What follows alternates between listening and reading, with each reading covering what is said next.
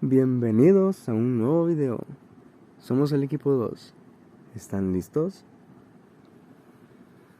Todas las células nucleadas del cuerpo tienen mecanismos para procesar y presentar antígenos en asociación con moléculas del complejo mayor de histocompatibilidad.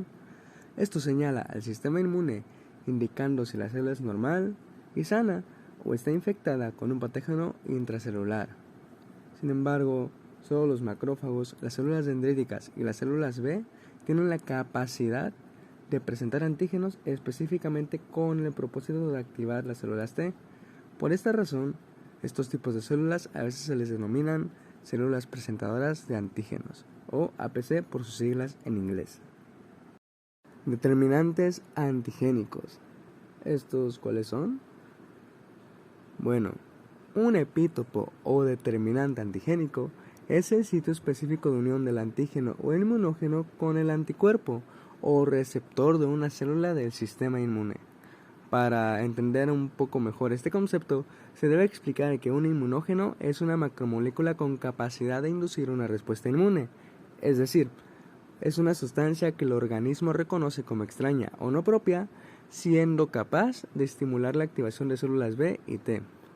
Además, se puede unir a los componentes del sistema inmunológico que se hayan generado. La respuesta inmune generará la formación de anticuerpos específicos que irán en busca del antígeno que los originó, para formar un complejo antígeno-anticuerpo, cuya función es neutralizar o eliminar al antígeno. Cuando el anticuerpo encuentra al antígeno, éste se une a él de manera específica, como una llave con su cerradura. Epítopos. Los epítopos o determinantes antigénicos son cada uno de los sitios discretos de una macromolécula que son reconocidos individualmente por un anticuerpo específico o por un TCR específico, que se unen a un receptor de los linfocitos o un AC libre. Por lo tanto, empezaremos a ver que los antígenos son estructuras complejas que suelen constar de varios tipos de epítopos. Cada uno de ellos son capaces de unirse con un AC o un TCR específico diferente. Las macromoléculas son antígenos multivalentes, con muchos tipos de determinantes antigénicos distintos. Existen diferencias en el modo de reconocimiento por parte de las células B y T. En el caso de los epítopos de células B, estas van a estar dadas por proteínas nativas, que suelen consistir en varios aminoácidos hidrófilos de la superficie de la proteína, y son los que más accesibles están al AC libre o AC membranas, llamados BCR. En el caso de las células T, estas quedan determinadas por el tamaño del surco de la unión AG de la molécula del complejo mayor de histocompatibilidad, tipo 1 y tipo 2. Complejo mayor de histocompatibilidad. El complejo mayor de histocompatibilidad es una región genética formada por un conjunto de genes con alto polimorfismo, cuyos productos se expresan en la superficie de casi todas las células nucleadas del organismo. Esta región genética se encuentra en todos los mamíferos, con diferencias que varían de una especie a otra. El complejo mayor de histocompatibilidad se encuentra en el brazo corto del cromosoma 6 y ocupa un segmento de 3,5 millones de pares de base. Los genes de complejo mayor de histocompatibilidad integran el sistema más polimórfico y poligénico del organismo humano, con más de 250 genes de pseudogenes y 30 de los cuales codifican proteínas, con más de 8.794 alternativas, llamadas alelos HLA clase 1 y clase 2 del complejo mayor de histocompatibilidad. Células transportadoras de antígenos. El procesamiento de antígenos es la fragmentación de una proteína a pequeños péptidos que serán acoplados en una molécula de MHC, y la presentación de antígenos ocurre cuando una célula presentadora en una molécula de MHC muestra el péptido para que un linfocito la reconozca a través de su receptor. La vía endocítica es cuando las células presentadoras de antígeno, las células dendríticas, macrófagos y linfocitos, Linfocitos B expresan moléculas de MHC clase II para presentar antígenos exógenos procesados por la vía endocítica, donde los antígenos son fragmentados en el fagosoma, dejando un péptido de 12 a 16 aminoácidos que será presentado a los linfocitos T cooperadores y así iniciar la respuesta inmune adquirida. La vía sólica es cuando las células nucleares del cuerpo expresan moléculas de MH clase I para presentar antígenos endógenos procesados por la vía citosólica, donde los anticuerpos son fragmentados en el proteasoma, dejando un péptido de 8 a 11 aminoácidos que serán presentados a linfocitos T citotóxicos para activarlos o que se reconozcan células infectadas. Y tendremos la vía cruzada, que va a ser una combinación de estas dos, donde las células dendríticas convencionales van a expresar moléculas de MHC1 para presentar antígenos exógenos procesados por la presentación cruzada, donde los antígenos pueden ser procesados en el compartimiento o proteasoma, alojando un péptido de 8 a 11 aminoácidos que van a ser presentados a linfocitos T citotóxicos para poder ser activados. Los grupos sanguíneos se transmiten hereditariamente para los diferentes sistemas que incluyen genes, ya sean dominantes, codominantes y recesivos. A estos también se les conocen como alelos. Se conocen más de 300 antígenos en la superficie del glóbulo rojo y la interacción de un enorme número de locus y alelos que implica una alta posibilidad de recombinación y expresión. Los anticuerpos también son numerosísimos, son bastantes. Actualmente habría más de 500 millones de fenotipos posibles y se cree que aún no han descubierto todos. Puede que esta cifra sea de billones. Bueno, ¿cuál es la necesidad de conocer a los grupos sanguíneos? Pues lo principal es la transfusión sanguínea sin riesgos, pese que al transfundir se inyectan antígenos o anticuerpos. A los fines prácticos solo interesan los antígenos ingresados con los glóbulos rojos porque los anticuerpos sufren gran dilución y resultan inocuos, salvo raras excepciones. Por lo tanto, el accidente más frecuente es que se aglutinen los glóbulos rojos de la sangre donada. Y bueno, raramente los anticuerpos del plasma donado aglutinan glóbulos rojos del receptor, pues se diluyen y disminuye el título de anticuerpos. Los antígenos del sistema ABO. Bueno, van a existir dos tipos de antígenos en la superficie de los eritrocitos, los antígenos tipo A y tipo B. Estos antígenos también son llamados aglutinógenos. Cuando en el eritrocito tenga aglutinógenos tipo A, la sangre será tipo A. Cuando en el eritrocito tenga aglutinógenos tipo B, la sangre será tipo B. Y cuando el eritrocito no tenga aglutinógenos, el tipo de sangre será tipo O. Y bueno, cuando el eritrocito tenga ambos aglutinógenos, tipo A y tipo B, la sangre será tipo AB. Células transportadoras de antígenos. Como bien sabemos, el sistema inmunitario tiene como función principal la búsqueda de antígenos para su destrucción y la de organismos que los sintetizan. Es bien sabido que los dos strippers fundamentales del sistema inmunitario son los linfocitos B y T, que cuando se activan aumentan su tamaño y pasan a denominarse células B y T. Las células B son capaces por sí solas de llevar a cabo el reconocimiento de los antígenos interaccionando con ellos directamente. Al contrario de las células T, son ciegas, ya que solo reconocen a los antígenos si otras células se los presentan de manera adecuada. Para que todo esto ocurra, es necesario que estén asociados a determinadas proteínas celulares que forman parte del denominado complejo mayor de histocompatibilidad.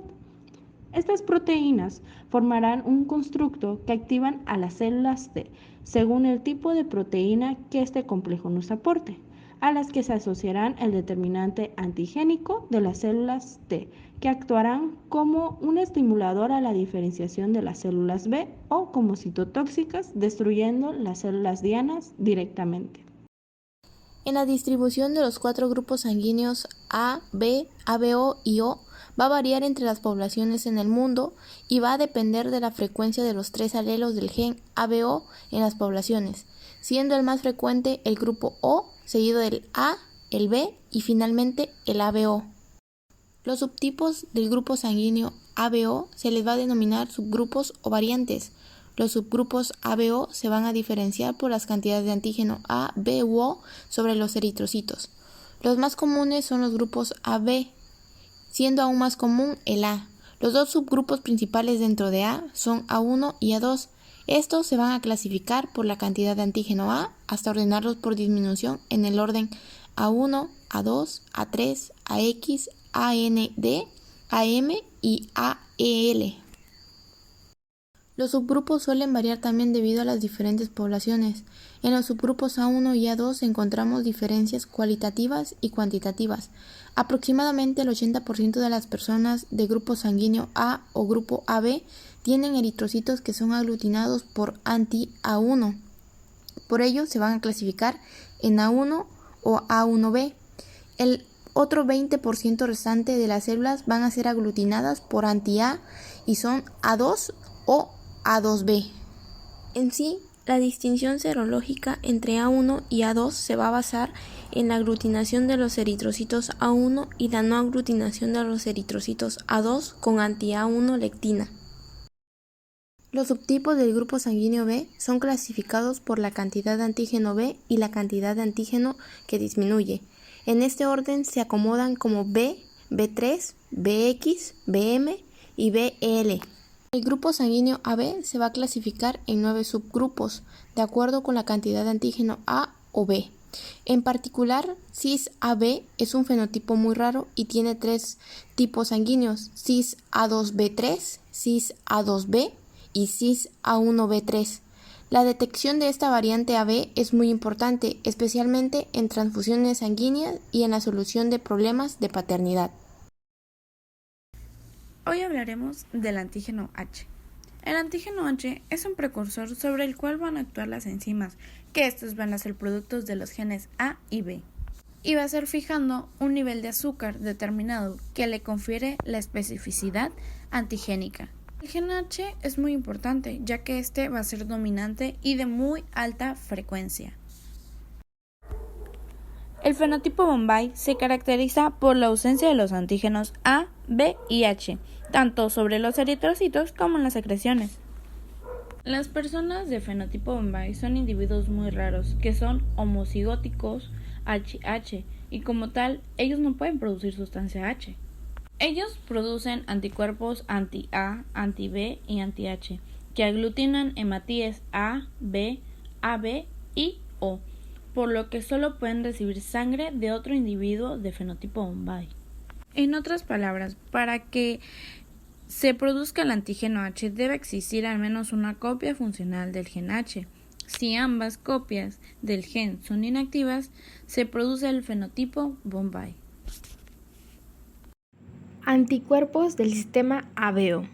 Cuando una persona no tiene un antígeno particular en sus eritrocitos, se espera que su suero contenga un anticuerpo dirigido contra ese antígeno que carece. Sin embargo, la presencia de este anticuerpo depende de si el sistema inmune de la persona ha sido expuesto y ha respondido a ese antígeno o a un antígeno similar previamente. Por lo tanto, los anticuerpos del sistema ABO se forman como resultado de la exposición a antígenos A, B o similares. Esta exposición previa puede darse in útero, inmediatamente posparto o como respuesta a una exposición a antígenos similares en partículas de polen, alimentos, bacterias y virus. Es así como solo se generan anticuerpos dirigidos contra los antígenos ausentes en los eritrocitos de cada persona. Los anticuerpos anti-A y anti-B pueden ser detectables en niños entre los 6 y 3 meses de vida luego del nacimiento. La mayoría de los anticuerpos anti-A y anti-B presentes en el cordón umbilical son de origen materno, adquiridos por la transferencia placentaria de IgG materna. Por lo tanto, los anticuerpos anti-A y anti-B en el suero de recién nacidos o niños menores de 6 meses no se consideran válidos. La producción de anticuerpos se incrementa alcanzando el nivel de los adultos entre los 5 y 10 años y disminuye posteriormente en adultos de edad avanzada. Las personas ancianas tienen niveles menores de anti-A y anti-B que los jóvenes adultos. Los anticuerpos ABO son una mezcla de IgM e IgG. Sin embargo, los anticuerpos anti-A y anti-B de las personas con grupos sanguíneos A y B son predominantemente del tipo IgM, en tanto que las personas con grupo sanguíneo O son de tipo IgG predominante. Importancia clínica del sistema sanguíneo ABO. Debido a que la IgG atraviesa la placenta y la IgM no, los niños de grupo sanguíneo A o B de madres O presentan un mayor riesgo de desarrollar enfermedad hemolítica del feto y del recién nacido que los niños de madres A o B.